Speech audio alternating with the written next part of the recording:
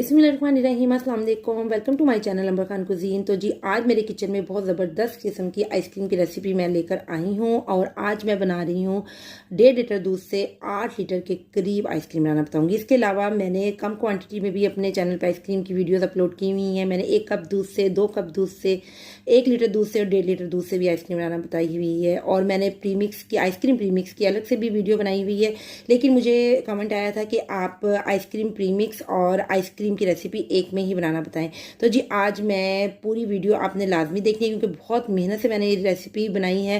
क्योंकि कुकिंग करना आसान होता है, लेकिन जब उसको वीडियो की शक्ल में अपलोड करना पड़े तो बहुत मेहनत लगती है। यकीन कीजिए, बहुत मेहनत से मैंने वीडियो बनाई है। आप लाजमी से पूरा देखिएगा और मेरे चैनल को लाइक शेयर सब्सक्राइब भी कीजिएगा, ताकि इस तरह की इंफॉर्मेटिव वीडियो हमेशा आपको मिलती रहे।